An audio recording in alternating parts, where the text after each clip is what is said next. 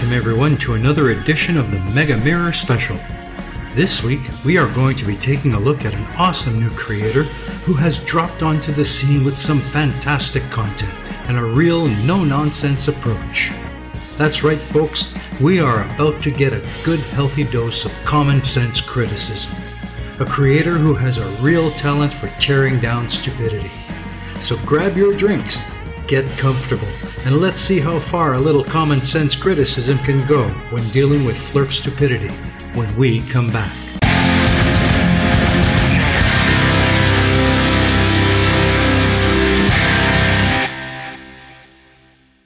And we're back. For those of you just joining us, today we are featuring some amazing work by another awesome creator. But before we get into tonight's show, I would like to announce that this is the very first Mega Mirror on the new EiE network. The EiE network is the place to be to find all your favorite entertainment, information, and education content on YouTube, all in one convenient place. So please remember to like and subscribe to the EiE network, and don't forget to hit the bell and select all to get notifications of all your favorite content. With the Mega Mirror Special making the move to this shiny new network, I think it's time for a major overhaul. So please stand by as we change things up a bit. System shutting down. Initializing new environment. System restarting in 5, 4, 3, 2, 1. That's better. Now we're ready to move forward as part of the new EiE network. A brand new look for a brand new home. And now, on with the show. Please join me in welcoming our fabulous guest for today, Common Sense Criticism. Hi John, thanks for joining me. I'm thrilled you could be here. Thanks for having me, man. I appreciate it. I'm really excited to have you on the show. So let's get into things with my usual opening questions. How did you get started on YouTube, and what is your channel all about? Man, I was a huge fan of the Non Sequitur show. And every time they had a flat earth debate, I would basically, follow along and just argue with it. And that made me really want to start my own YouTube channel so I could get my voice heard, so to speak. My channel isn't a hardcore science channel. I'm not a scientist or an engineer. So I'm kind of like Creaky Blinder says, I'm kind of a point and laugh channel. I just expose the stupidity for what it is. I do debunk, but I don't go in deep into it like Blue Marble Science does. But I just like to point out how disingenuous flat earthers are. I like to think that my channel is aimed towards the people who might be thinking about getting into flat earth. If you've only watched, one or two Mark Sargent videos or D Marble or any of the dummies videos, you may think that they're serious, but they're not. And when you've watched hundreds and hundreds and hundreds of hours of their videos, you realize pretty quickly that they're all just disingenuous con men.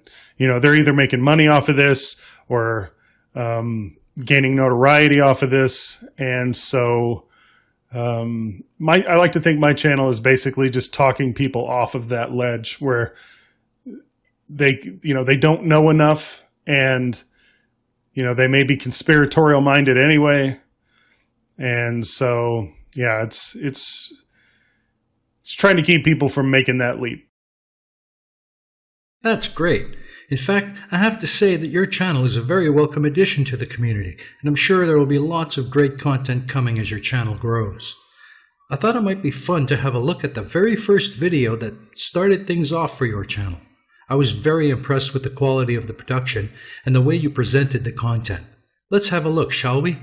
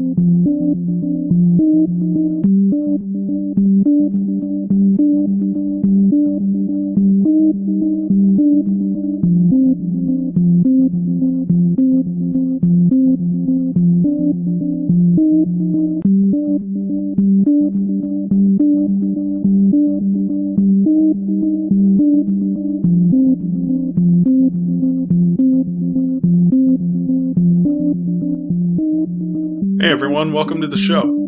This is a new channel that's going to be focused mainly on debunking the flat earth nonsense and those people who peddle those lies to the gullible. I don't have a science degree. I'm not an engineer. I didn't take this in college. I took art. So I'm not coming from a position of vast experience. But that's why this channel's name is Common Sense Criticism. There's a huge emphasis on common sense. Because it doesn't take a PhD to debunk flat earth, because they refuse to understand the simplest of scientific principles. Let me say that again. They refuse to understand. And I mean that. Which leads me to believe flat earth is a troll. It's a joke. The people at the top know it. The people at the bottom are too stupid to figure it out. People like Mark Sargent, Nathan Thompson, Jeranism, they're not idiots. They just play one on YouTube. Over the last couple of decades, the flat earth movement has been on the rise. Fueled by the ubiquity of the internet and more recently, the ability for anyone, such as myself, to record and share our views with everyone else on YouTube. This is a great thing, and I don't agree with some of the censorship that flat earthers have received on YouTube, nor do I agree with censoring anyone. Flat earth is a bad idea. A really, really bad idea.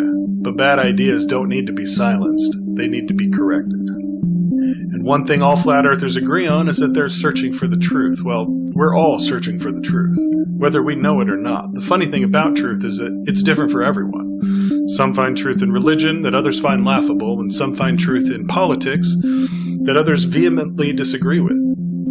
Truth is subjective. Unfortunately, for flat earthers, facts are not. This is a YouTuber by the name of Paul on the Plane, and he's going to take us into our first misunderstanding of science, that water does not curve. Any body of water, from a puddle to a swimming pool to a lake, a sea, and behind me I am showing you the Pacific Ocean. Any body of water is going to find and maintain its level, always flat. There's no measurable curvature that can be found, no scientifically measurable curvature of a body of water, of a surface of the body of water. Water doesn't curve. Well, Paul, there's curved water for you right there. Water always finds its level. Well, that's true. It always does. And on a somewhat unrelated side note, Egyptologists suspect that the Egyptians used water channels to find level when they were building the pyramids. I think that's pretty awesome. Anyway, the problem with your argument is that it always finds its level, so it can't possibly curve. As we've already shown, is that level on a sphere means perpendicular to the center of the sphere. Here's how you can understand it. Let's imagine that this is a sphere. Here's a level on that very edge of the sphere, right? Okay.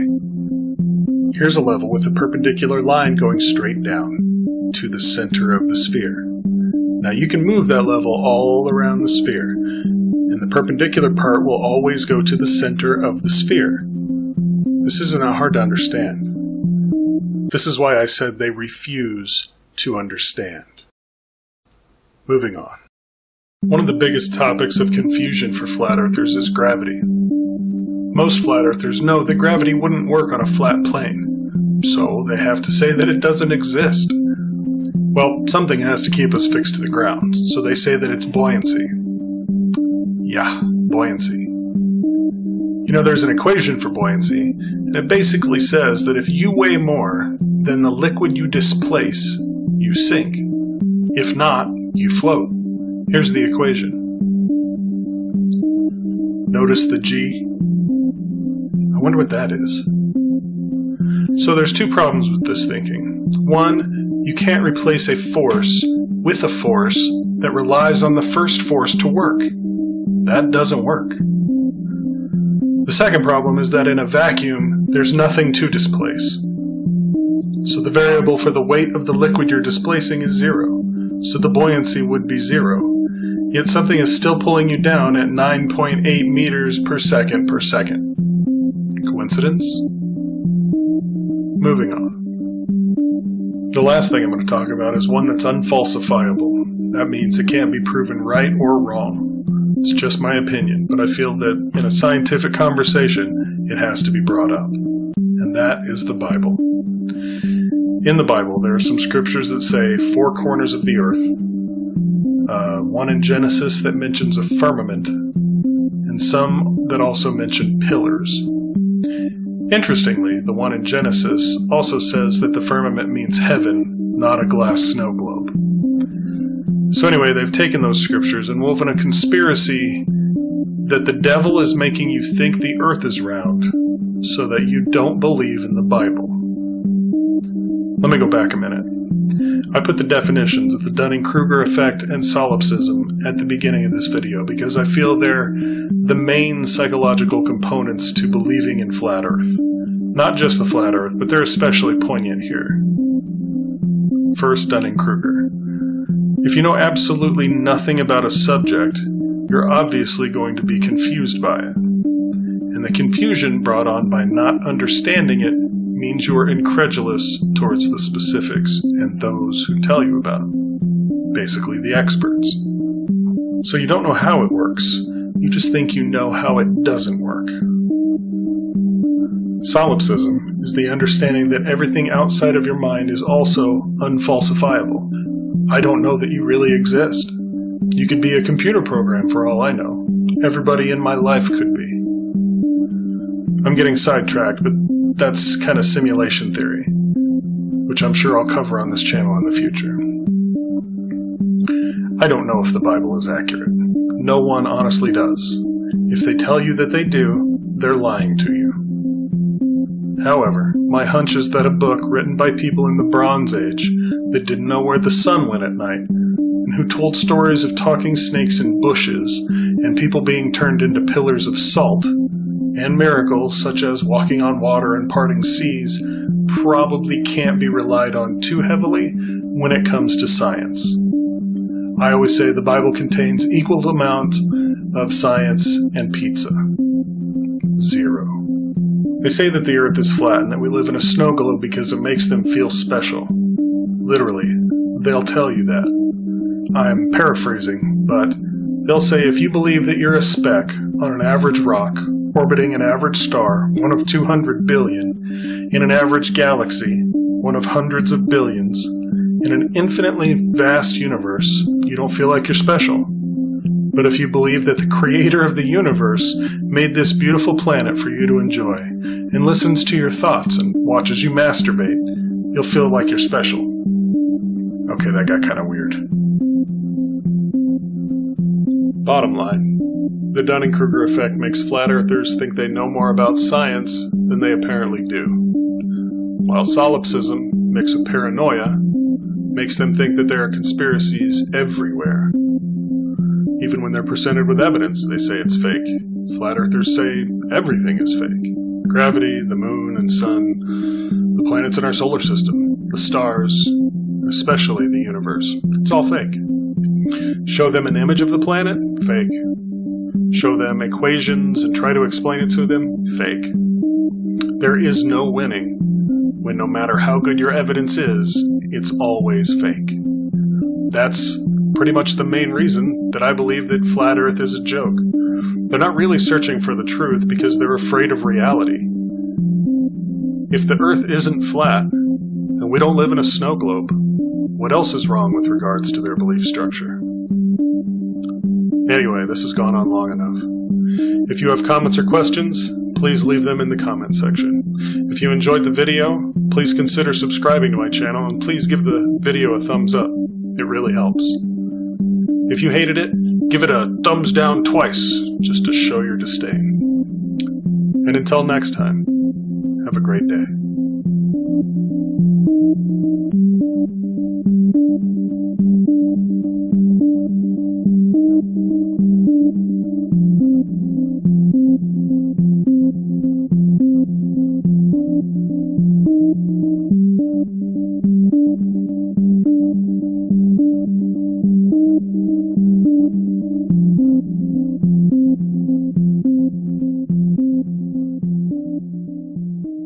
That was a fantastic first video.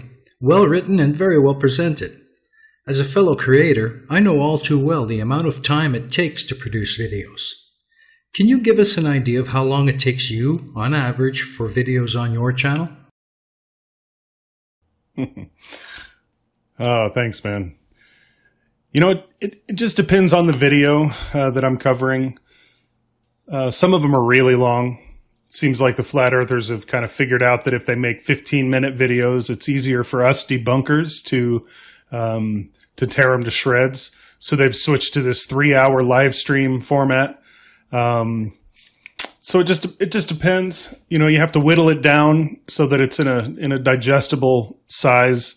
Otherwise, you know, the audience is going to fall asleep. It also depends on how much I want to repeat myself. You know, I mean, how many times can you repeat that there's not gas pressure next to the vacuum of space, or the difference between gas pressure and atmospheric pressure? I don't know.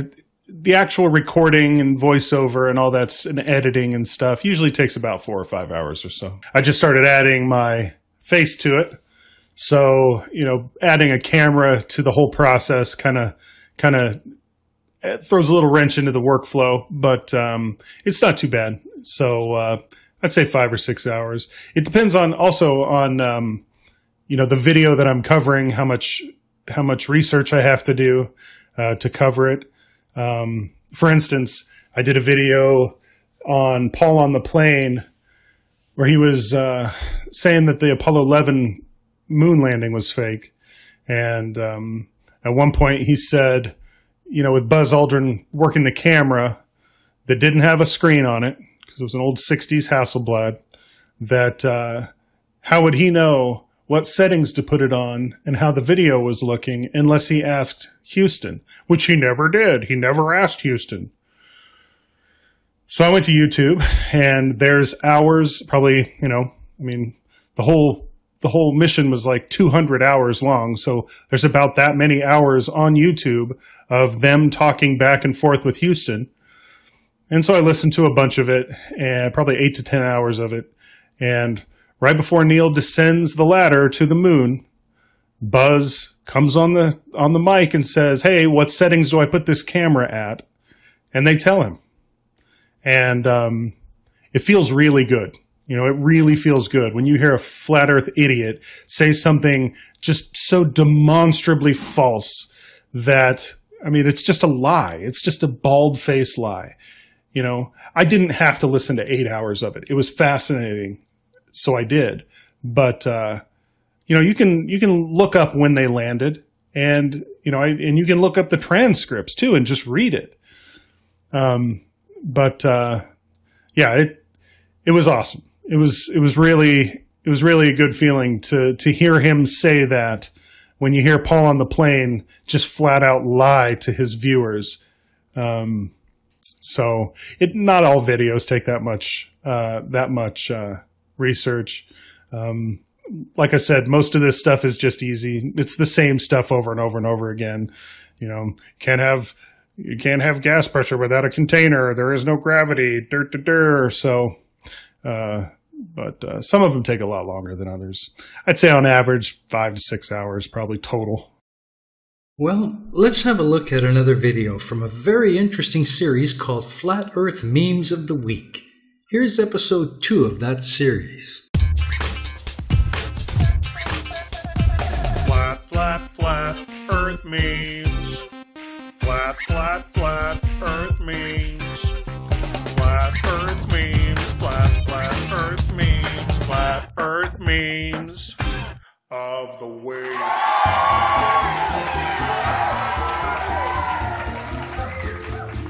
Welcome back to another episode of Flat Earth Memes of the Week. This week's episode is brought to you by our failing education systems from all around the globe and Texas Instruments with their new and improved calculator made specifically for YouTube University. It looks and feels just like the ones your poor, depressed, underpaid high school teachers handed out. Only this version doesn't do math, because math is lies from the devil. This version is specifically used to make silly words like boobies that's not all it can do. You can also use it to type up your research papers, and if you have any questions, just ask Riley. He's an expert. This week, we're featuring a new format. I guess the evil corporate lying overlords from upstairs thought it was best to make the show more streamlined, and with the ever-growing popularity of blood sports, both in the Middle East and on pay-per-view, we're going to pit several different memes that try to make the same point against each other, Roman gladiator style, and you as an audience get to decide which meme survives and which memes die a bloody, glober, pathetic, lying, NASA shill death. Pay-per-view is not broadcast on satellites to your DirecTV or Dish Network receivers because satellites aren't real and the dish is fake and not really pointing to a satellite in geosynchronous orbit, and it's also giving you and your family cancer if you're vaccinated. This week, we're proving that space is fake! And you're an idiot if you think there's anything outside that beautiful glass dome that holds back the heavenly waters. So without any further delay, let's bring out our contestants. Contestant number 1. We're calling this one It's Too Big, and she is a beaut. Can't prove stellar parallax, can't prove spinning motion, can't prove molten core, can't prove water sticks to a ball, can't prove curvature of the Earth, can't prove observable satellites, can't prove the center of gravity, and can't prove globe pics from space. So what exactly can you prove? According to the NASA shills, you can calculate stellar parallax, but you've got to use math, which is lies from the devil. So there certainly won't be any of that happening around here. Spinning motion can be found by going and talking to Professor Bob over at the Globebusters building. Although we've never seen it, we can assume the core of the Earth is molten lava based on the way seismic waves move and refract as they travel through the planet. Tennis balls don't generate a whole hell of a lot of gravity. Are you curious about that pesky curve, or maybe what's behind it? Go talk to Professor Jaron over at the Globebusters building. And he's got pretty lasers. And while you're there, ask him about how satellites can be seen going in front of the moon. That's interesting. Confused about gravity? Go ask Sleeping Warrior to explain to you how his ripped-off buoyancy tube works. Oh yeah, gravity's in there. And just remember, globe pics from space can never be proven as long as you just keep saying they're fake. Boy, boy, boy, she is a feisty one, and she's gonna be hard to beat. There's a whole lot of stupid wrapped up into that one, but hey, let's see what the next challenger has to offer. Meme number 2. We're calling this one It's Fake. Quasars, meteorites, exoplanets, and supernovas, galaxies, dark matter, solar flares, and black holes. What do all these images have in common? They're fake. Here at YouTube University, we don't ask a whole lot from you, and we certainly don't expect you to think. But please remember, when the lizard overlords over at NASA release a picture and say that it's an artist's interpretation, that's just a nice way of showing us what things probably look like. It's not expected to be taken literally, like you do with the Bible, and they certainly don't prove that those things are fake. Not to mention, if you take a stick with a magnet out at the end, out into the desert, you can find your very own meteorites, and keep them. I'm sorry, Challenger, but I don't think you have what it takes to cut the mustard. But don't fret, your fate will be decided by the studio audience at the end of the episode. So let's move on. Meme number 3. We're calling this meme Brrr. It's cold tonight. The claim that it's really hard to read, but the claim is heat doesn't travel through the vacuum of space from the sun 93 million miles. Instead, what the light hits, it heats up. Only problem with this is that means the dark side of the Earth should freeze over every night. Now, I understand we're not one of those Illuminati-run Ivy League schools that teach English and things, but please, when making memes, use complete sentences. Use all the words that convey what little thought you have to the reader. It makes it a lot easier to spread your stupidity far and wide. According to the NASA shills, the Earth's crust is warmed by the rays of the sun every day, even during winter. At night, the residual heat from that sunlight helps keep the Earth's crust a toasty somewhere above negative 60 degrees year-round. Unless, of course, you're talking about the Antarctic ice wall. But, of course, just like Area 51, the UN would shoot you with their attack boats before you even got there to take the temperature. I'm sorry, Challenger, but I don't think you have what it takes to convince even the dumbest flerf that the Earth is flat. But don't fret, like I said before, your fate will be determined by the studio audience at the end of the episode. Which is coming up now, so let's go! Alright, let's bring him out. Studio audience, it's up to you to determine which meme lives and which memes get cut down like Johnny Cash in Gladiator.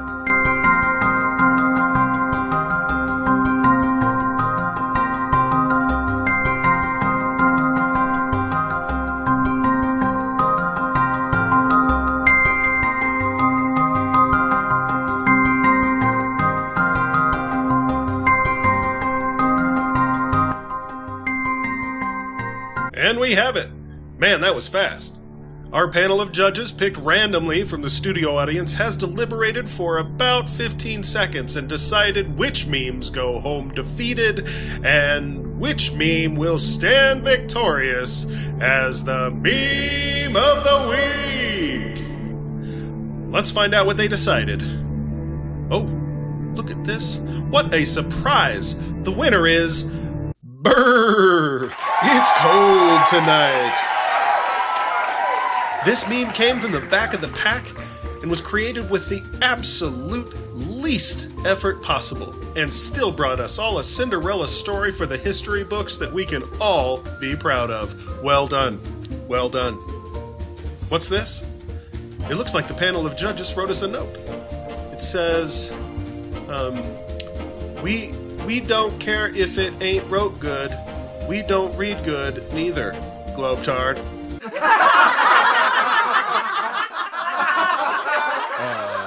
Yep. Join us next week for another edition of Memes of the Week!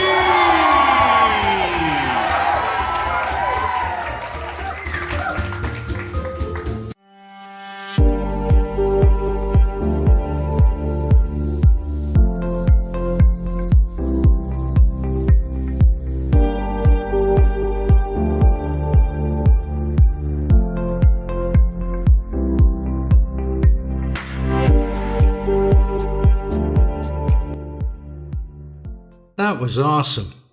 What gave you the idea for that series?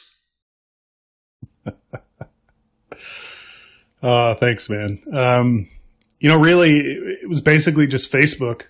I'm on a couple flat Earth pages on Facebook, and they upload just the dumbest memes. And one day, I was trying to brainstorm over a way that I could make different types of videos for the channel and not just do the same monologue thing. And that day, one of the flat Earth pages just dumped an entire crap load of memes, and they're just so bad.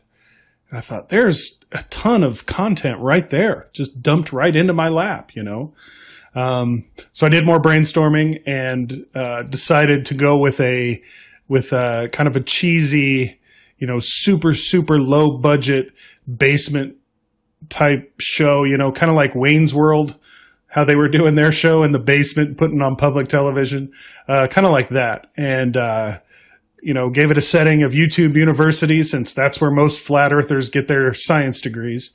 And you know,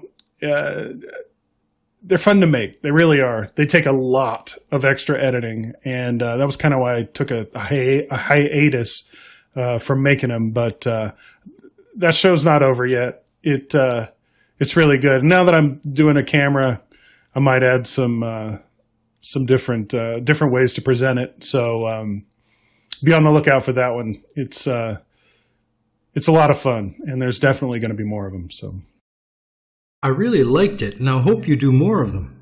I also enjoyed one of your more recent videos in which you responded to the comments made by a troll known to many of us as Arkham's Asylum. Let's have a look at your responses.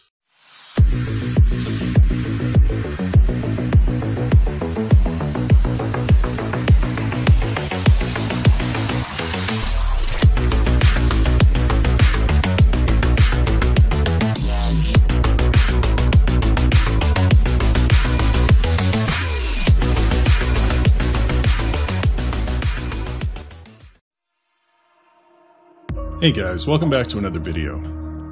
First let me say Merry Christmas, or Happy Hanukkah, or Happy Saturnalia, or Merry Yule, or Happy Kwanzaa, or whatever else there is to celebrate.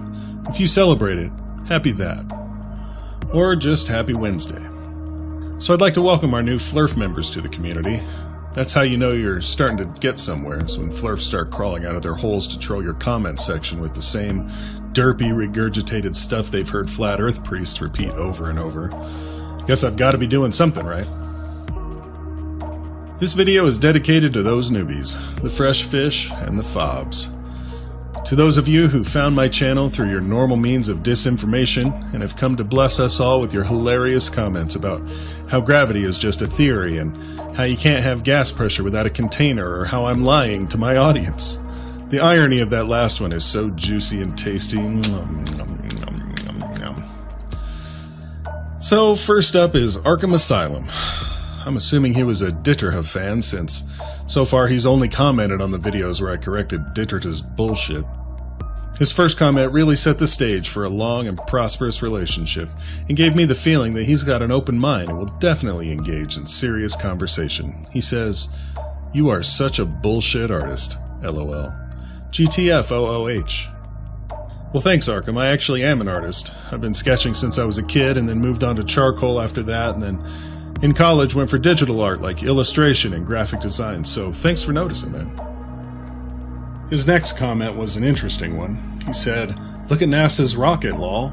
Like a blimp / big balloon." Well, let's take a look at the link. The link takes us to an article on CNET talking about how NASA is testing one of their tanks.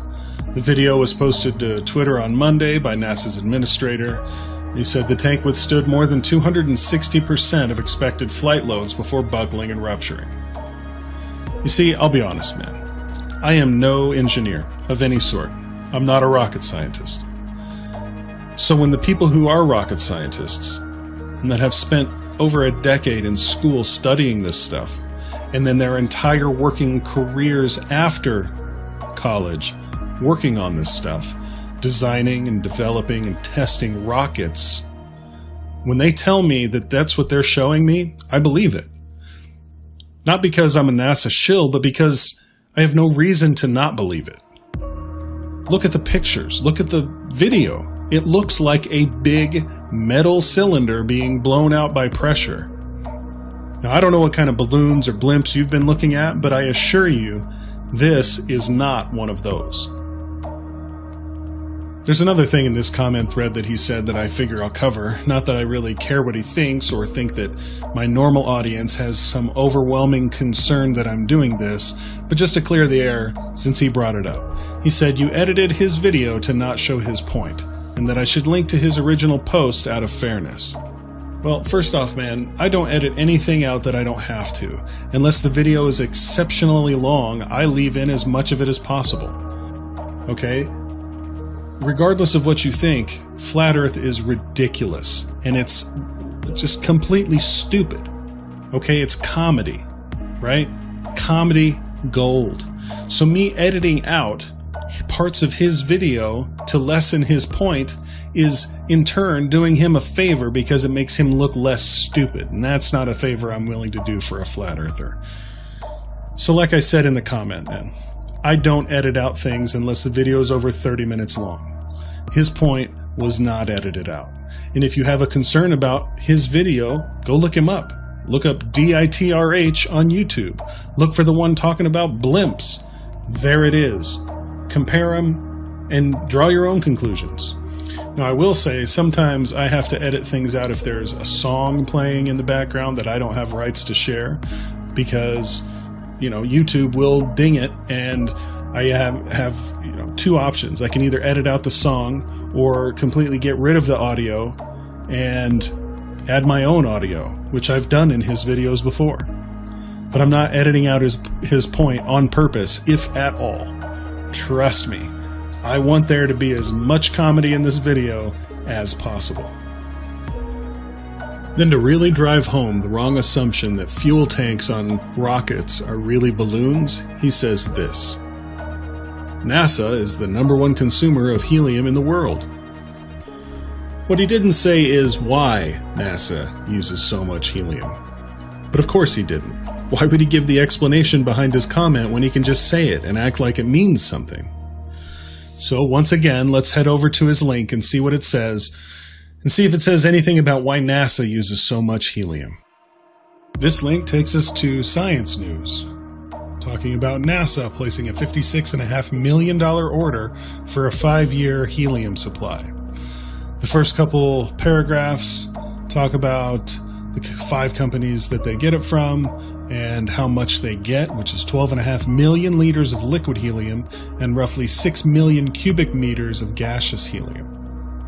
But the third one is the interesting one. It says NASA uses helium as a cryogenic agent for cooling various materials in precision welding applications, lab use, as an inert purge gas for hydrogen systems, and as a pressurizing agent for the space shuttle's ground and flight fluid systems. So did you read this article, Arkham? Or did you just find it on the interwebs and link to it to utterly destroy me in the comments? Maybe you should have read it, man. It might have saved you some public embarrassment. Now he switches gears here a little bit and says, Flat Earth with a dome in an old Encyclopedia Americana. Ah yes, the excerpt of the Encyclopedia Americana where they say they saw a dome on Antarctica. The only problem with this, Arkham, is that when you use the word dome, you're talking about a big magical snow globe that some god put there to cordon off the Earth from whatever is outside. But when geologists use the same word, it means something quite different. Let's take a look at the definition of the word as geologists use it. Dome, in geology, any large or elliptical structure formed by fractureless upwarping of rock strata. It is a type of anticline that lacks clear-cut elongation and that slopes outward in all directions from the highest point. Huh. Not a big glass bubble. What do you think, Jism? Interesting. I know, right? Then he had a couple comments that were less amusing and then had this to say. Give us proof of a ball Earth. Give us proof of Earth spinning. How can our pressurized atmosphere exist next to a vacuum of space? No scientists have proven the Earth spins, not even Einstein, and gravity is a theory. Don't mislead your subscribers. The burden of proof is in you. Since Arkham doesn't care about facts anyway, I'll go really quickly over this. Here is a picture of the Earth from space. If you want proof of the Earth spinning, ask Bob from Globebusters. But what we found is when we turned on that gyroscope, we found that we were picking up a drift, a 15-degree-per-hour drift. How can our pressurized atmosphere exist next to the vacuum of space? It doesn't. There's a gradient. It doesn't go 14.7 psi and then bam, right next to the vacuum of space. No scientist has ever proved Earth spins, not even Einstein. Ask Bob from Globebusters. We were picking up a drift, a 15-degree-per-hour drift. Obviously, we were taken aback by that. Wow, that's kind of a problem, right? Yeah, you could say that. Gravity is a theory. That's correct. But a scientific theory and a non-scientific theory are two totally different things, much like dome in Antarctica. A scientific theory is based on careful examination of facts. You know, evidence and stuff. Interesting. And last, but certainly not least, water always finds its level. Gravity is a theory. Again with the gravity. If gravity can hold trillions of tons of seawater down, how can birds fly? Water always remains level. Well, like I said in my reply, water doesn't find anything. It's water. It conforms to whatever container it's in. And if the container is an earth, it's going to conform to the shape of that earth, which is a sphere. If gravity can hold trillions of tons of seawater down, how can birds fly? Well, the strength of gravity is determined by the masses of the two objects that are being pulled together. Okay? And I'm sure you'll agree that a trillion gallons of seawater weighs a lot more than a bird. So therefore, the strength of gravity's pull on the trillion tons of seawater is going to be exponentially higher than it is on a bird. That's why birds evolved to have hollow bones, to reduce their weight, thus reduce the force of gravity that they have to overcome with their wings. Wings that the trillion tons of seawater doesn't have. Well, I guess that'll do it for this one. If you like my content and would like to see more of it, please give the video a like, please give the channel a subscribe, and please, please come back next time. Until then, have a good day.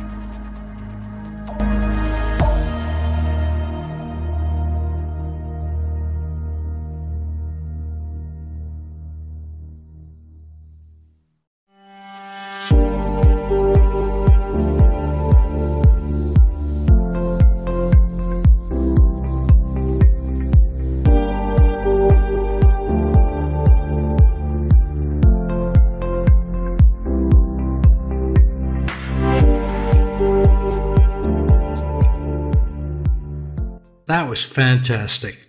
I think it would be interesting to know what gets to you the most when dealing with flerfs and their idiot ideas.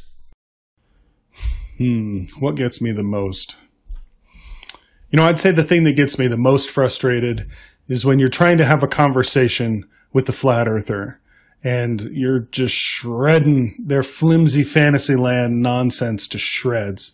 And they just resort back to the same old tired nonsense, the same buzzwords that they all love to use, like presuppose and gravity isn't a force and second law of thermodynamics, which they don't understand. You know, they don't understand any of this stuff. They just repeat it because that's what they've learned to repeat. And they've heard Nathan Oakley and, you know, all these other idiots say it. So they're like, oh, well, I'll just use that word over and over and over and over and over again. So I'd say the thing that gets me the most frustrated is just their unwillingness to actually learn. You know, none of us know everything. I don't know everything. Really, really, really far from that, you know. But if somebody who knows something is telling me something, I listen. And, you know, it's not always the easiest thing to admit that you're wrong and that somebody knows something that you don't. But, you know, that's the thing with the conspiratorial mindset. You know, they love to think they've figured it all out. You know, they're on to the trail of the Illuminati or the interdimensional shape-shifting lizards or Satan or whatever it is. Whoever's perpetuating this lie, they've got them. They've got their number and they've figured it all out. And so when you start to tear down those flimsy walls, they don't listen. And you know, and at the same time, they say they're seeking the truth. But they're not seeking the truth. I suppose those sentiments are shared by many of us, and we all look forward to more great content from your channel. Well, that's about all the time we have. It's been an absolute pleasure having you here, and it was fun getting to know more about you and your awesome channel. Is there anything you would like to share with our viewers before we close out? Hey man, I just want to thank you again for having me on. It's been a lot of fun, and if anybody's interested in my channel, stop on by, keep coming back. We have a lot of fun, a lot of comments, a lot of discussion, and we've got some big plans this year. And once I hit 1,000 subscribers, we're going to do a live stream, and everybody involved is going to get a chance to win a prize. And it hasn't been announced yet, but it's going to be fun. And we're going to mess around with one of the most vile human beings on the planet. And so, yeah, it's going to be a lot of fun. You can find me on Facebook, Common Sense Criticism, and on Twitter, it's @CriticismSense. So hope to see you guys there. Fantastic. Well, thanks again for being here, and I wish you luck with your channel's future growth. Hey, man, thank you so much for having me on the show. I really appreciate it. So have a good night, everybody. And that about wraps it up for this week. We hope you have enjoyed this week's edition of the Mega Mirror Special featuring Common Sense Criticism. If you haven't been to his channel yet, you really need to get over there at the end of this show. I promise you are going to love his work, so be prepared to binge. I did. But before we go, I'd like to remind you to subscribe to us here on the new EiE network, and remember to hit the bell for notifications of new content as it is posted. Thank you for watching. Until the next time, this is Spike signing off. See ya!